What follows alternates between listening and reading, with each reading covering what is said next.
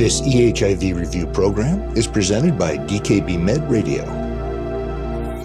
Nothing is imminently going to be approved in the future for PrEP, but what we are looking on the horizon are long-acting oral options where you can take these medications once a week, once a month, et cetera. And so that could be an interesting extra option that allows people to get that long-acting coverage without the need to be going to a clinic for injections. PrEP, the newest chapter. Welcome to eHIV Review. The first AIDS death in the U.S. was recorded in 1969, and the epidemic and the panic followed. Without a cure or even an effective treatment, efforts focused on limiting the spread of the disease, particularly to healthcare workers who were especially vulnerable to a blood-borne illness. Then came AZT, and the idea of PrEP, post-exposure prophylaxis. Not a cure, but in combination with other agents, a prophylactic treatment able to protect HCPs against AIDS transmission. Research into treatments for HIV infection continued, with new agents and new therapeutic combinations, but nothing fulfilled the original PrEP concept, using antiretroviral prophylaxis as a barrier to HIV transmission. Until an FDA-approved combination agent for HIV treatment was tested for preventing transmission, and pre-exposure prophylaxis, PrEP, was created. 2 oral options, up to 99% effective at preventing HIV transmission when taken daily, and bringing us into the age of undetectable equals untransmittable. And now the next chapter of the PrEP story, long-acting injectable PrEP. Cabotegravir, and the newest addition, lenacapavir, bringing us to PrEP, the newest chapter. To discuss this newest chapter of PrEP, we're joined today by one of our eHIV Review Program Directors, Dr. Matthew Spinelli. He's an Associate Professor of HIV, ID, and Global Medicine at Zuckerberg San Francisco General Hospital in San Francisco, California. For our guest disclosures and additional CME information, please visit our website, ehivreview.org, and select the Volume 10, Issue 8 link. I'm Bob Busker, Executive Producer of DKB Med's e-literature review video programs. Dr. Spinelli, thank you for joining us today. Thank you very much for inviting me to be here. Our overall learning objective for today's program is to assess the efficacy, safety, and potential indications for new and emerging PrEP options.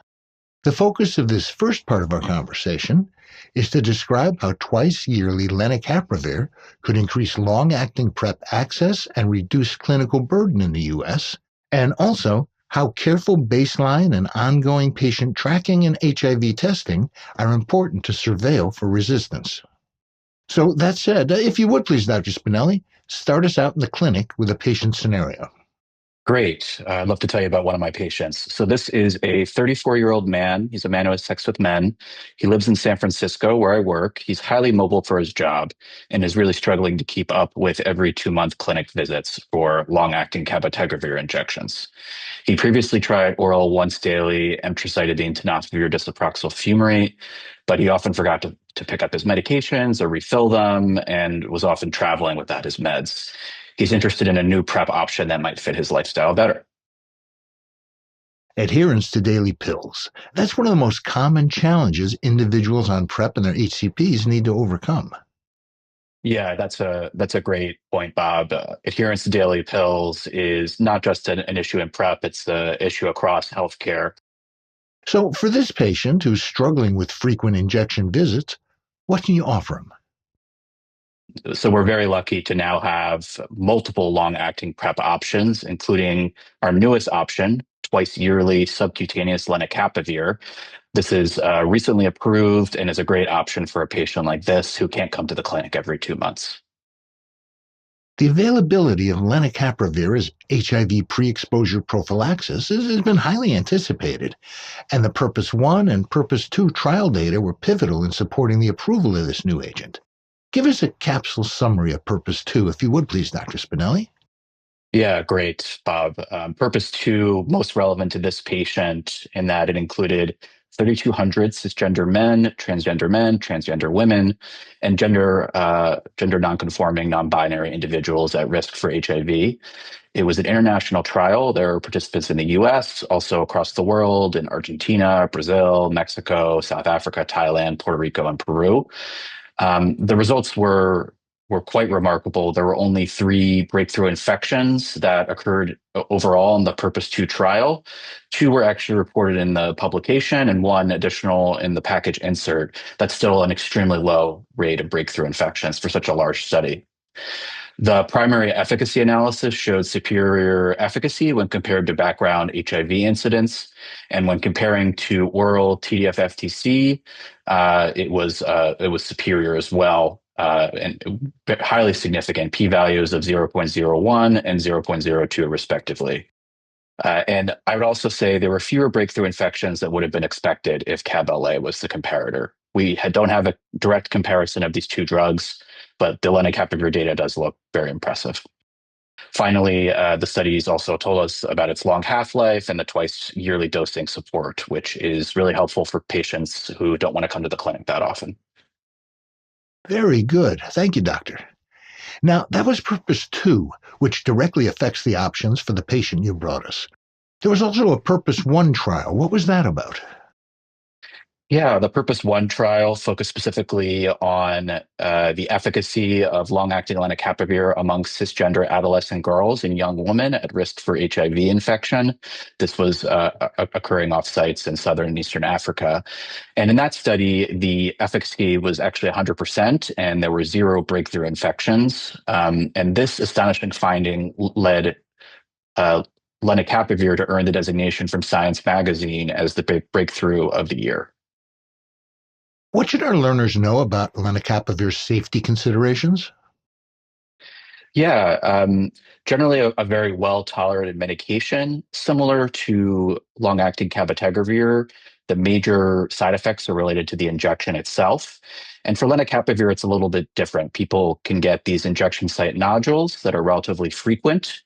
It may be a concern for some patients, but there is the availability to provide the injection in multiple sites, including the stomach, the buttock, arm, or thigh. Um, and generally, when I explain to patients that this is a feature of the medication, this is how it depots and is released over time, that helps to allay most concerns. And monitoring patients on lenacapavir. What's required? Yeah, well, with any PrEP medication, getting HIV testing before you start is incredibly important. And for that, we recommend doing both an antigen antibody test and a RNA test. That's to make sure we're getting that window period to be as small as possible. After that, we just do HIV testing, and that can be just antigen antibody testing every 6 months. This is important to make sure you're doing the testing because we want to detect any breakthrough infections, which of course are extremely rare.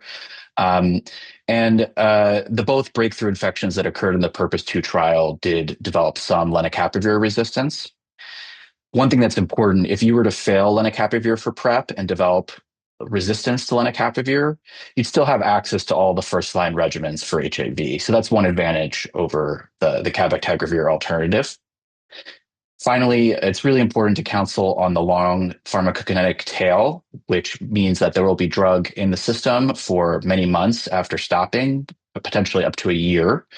And make sure we're also doing STI testing with our other testing, at least every 6 months, ideally quarterly. Thank you, doctor. One more question on this topic. The new guidance, the CDC and the IAS USA guidelines have both been updated. How do the newest versions inform lenacapavir prescribing? Yeah, there is an interim guidance that supports what I just told you about monitoring, doing antigen antibody testing, and ideally to send an HIV RNA testing at initiation if available.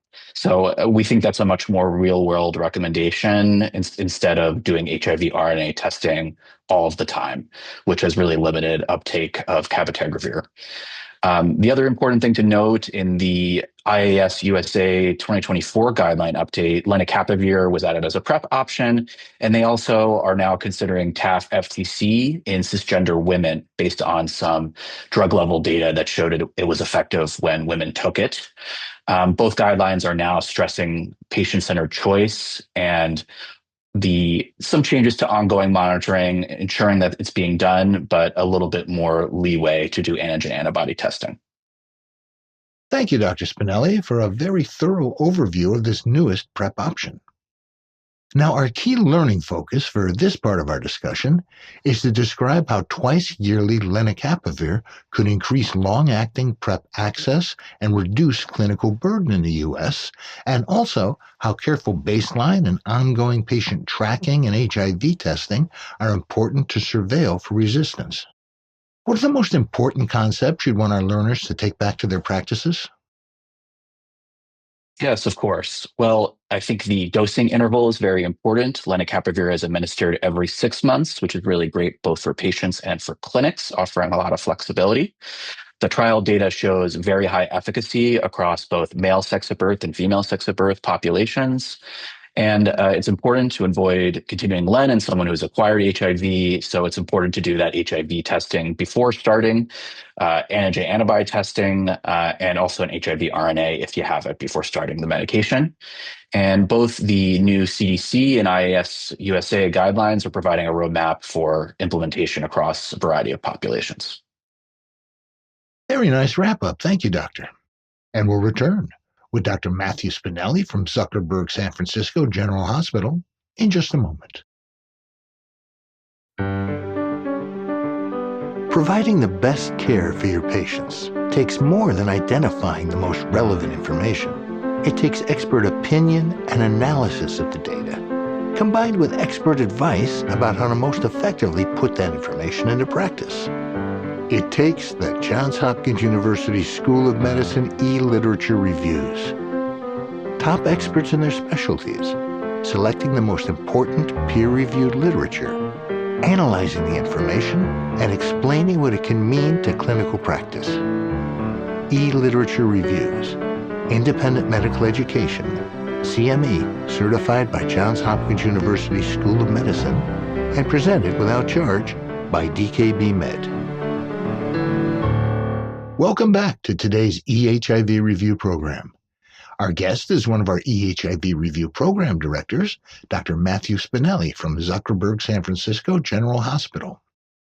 Our overall learning objective for today's program is to assess the efficacy, safety, and potential indications for new and emerging PrEP options. In the first part of today's program, we discussed how newly approved twice-yearly lenacapavir could increase long-acting PrEP options and reduce clinic burden in the U.S., and also about how careful baseline and ongoing HIV testing are an important part of monitoring patients while on lenacapavir PrEP. Let's turn now to the second focus of today's program. Long-acting injectable PrEP agents are highly effective for HIV prevention, but successful use in the U.S. requires strategies to address both adherence to injection visits as well as overcoming health system barriers. So if you would please, Dr. Spinelli, take us back to the clinic with another patient scenario. Great. Well, I'd love to tell you about one of my colleagues' patients, a 26-year-old cisgender woman in Atlanta who's presenting for a PrEP consultation. She's been intermittently using daily oral TDF FTC PrEP in the past, but had a lot of trouble with pill fatigue and getting to the pharmacy for refills. She asks about long-acting injectable PrEP as a different option. Your patient is interested in injectable long-acting PrEP. She's got two current options, long-acting lenacapavir or long-acting cabotegravir, and nothing on the horizon. How would you counsel her? Which agent would you advise? Yeah, we're really, the choice has really increased lately, and I think that's really great for a patient like this. Both cabotegravir long-acting and lenacapavir long-acting are superior to once-daily oral PrEP among women. This has been evidenced in several clinical trials, including the PURPOSE 1 study that we discussed in the last case. It's important to do HIV testing before each injection for both, with the importance of monitoring for breakthrough infections, although very rare. And the real difference would be the dosing interval. Cabotegravir is every 2 months, and lenacapavir is every 6 months. Lenacapavir is subcutaneous, cabotegravir is intramuscular. Those are the main differences. And side effects. Side effects are also different. CAD can have injection site reactions with muscle pain, swelling, tenderness, which can peak in the first 1 to 3 days. While LEN is associated with more immediate pain at the time of injection, as well as nodules at the injection site. These small, firm lumps can develop in a large number of patients. Some patients may be sensitive to the cosmetic implications of this, so it's important to discuss the options for injection sites. And you're not supposed to actually massage these nodules. For most cases, we recommend doing supportive care at home. And the other thing that comes up sometimes is the drug is very viscous, and so a little bit can leak after injection, and that's okay. Talk to us, if you would please, Dr. Spinelli, about barriers to implementing these long-acting agents in the U.S. Yes, unfortunately, we've seen quite a few implementation barriers leading to less use of these agents than we would like. The real challenges from the clinic perspective is capacity and staffing to do all these injection visits. The other issue is actually procuring the drug. In some cases where clinics are doing buy and bill purchasing, where they buy the drug up front and then they bill the patient, the high upfront cost of these drugs is a huge barrier. The yearly cost is actually the same, but lenacapavir has fewer injections, so the cost per dose is quite high. Understood. Is there an alternative approach? The alternate approach is actually to order through the pharmacy and have them do the billing. This has less financial risk for clinics, but requires more coordination. And finally, retention is really important here. Missed visits can risk partial protection, breakthrough infections, or resistance. So it's important to have some sort of procedure to make sure you're reminding patients who don't come in and looking for them if they don't respond. And we always know that underserved groups can face greater logistical challenges, such as distance from the clinic, competing priorities, et cetera. Thank you, Doctor. Now, patient choice.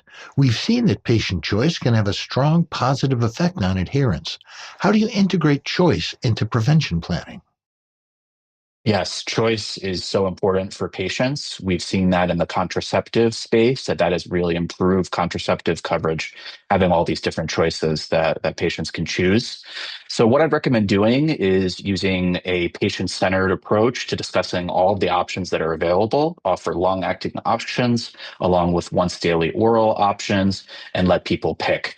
You also should let patients cycle between options when it makes sense for them, depending on their circumstances. And using shared decision making builds trust and helps people adhere to their drugs. Thank you, Dr. Spinelli, for sharing your knowledge and expertise on this important topic. Our key learning point for this part of our discussion is long-acting injectable PrEP agents are highly effective for HIV prevention, but successful use in the U.S. requires strategies to address both adherence to injection visits as well as overcoming health system barriers. What are the most important ideas you want our learners to take back to their practices? Well, I'd emphasize a few things. Both injectable cabotegravir and lenacapavir are superior to oral PrEP with typical adherence, but you have to really keep up on those visits. And those visits can also be an implementation barrier with access to sites for the injections and needing to order the medication. All of that coordination can be a little bit of a barrier. Providers should follow up with their patients after missed visits. It's important to make sure the pharmacokinetic tail is being covered with PrEP. And then finally, empowering patient choice increases satisfaction as well as improving uptake and adherence. Nicely said, Doctor. From the Zuckerberg San Francisco General Hospital, Dr. Matthew Spinelli, Associate Professor of HIV, ID, and Global Medicine, thank you for sharing your knowledge and expertise with us in today's eHIV review program. Thanks so much for having me. It was a great conversation. For DKB Med's eHIV review, I'm Bob Busker.